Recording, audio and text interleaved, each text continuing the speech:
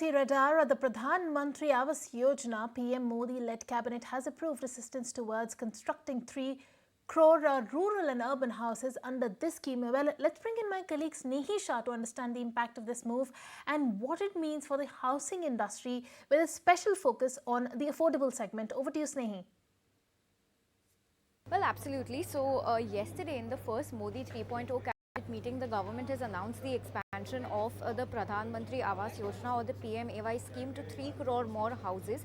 Now, under this scheme, remember already 4.2 crore houses have already been built under this scheme over the last 10 years, and unchanged home loan rates. Remember, the repo rates have recently been kept unchanged, and this coupled with the PMAY may induce new vibrancy in the affordable segment. Now, what ANAROC believes is, from their report, they had also said that in February, remember all the way back to the interim budget, Nirmala Sitharaman had announced the construction of 2 crore more houses in the PMAY Gramin, the rural side of the scheme, in the next 5 years. The interim budget also indicated that the mid-segment housing sector will witness a targeted action, and this is the Modi government's first step towards that, and policy alignment will lead to further growth in the Indian house sector.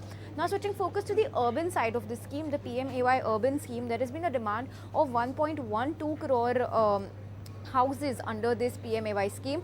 The government already made sanctions for 1.18 crore houses, which means everything is looking good on the urban side of this scheme. Now, affordable housing sales, which is for homes that are priced under 40 lakh rupees, has seen quite the bit of a fall coming in from Q1 of 2019, where it was at 37 of the total houses. It has now come down to only 20% of the total sales of all the houses, coming in at 26,545 units on the affordable side. So, affordable segment has seen quite the trend reversal when it comes to the last 5 years, and the share in the market compared to luxury housing has been dropping rapidly. But well, yes, on the back of this announcement of the expansion of the scheme, a whole host of affordable housing financiers as well as affordable housing developers stand to gain. And well, Prashant Thakur, who's a regional director and head of research ANAROC Group, shares how the government's PMAY can aid citizen and what is the scope for growth going ahead. Let's go cross and listen into his take. When it comes to affordable housing, it is just like an FMCG product. You launch the product and you kind of sell it as quickly as possible. Then only you are able to make the required margin. But what happens is that the approval of the project itself takes a lot of time. Then the land, which is in almost 80-85% of the cost of the entire construction, is not cheaply available. And there was some kind of policy intervention in terms of earlier the developers were allowed 100% tax exempt from the profits of affordable housing, that was withdrawn.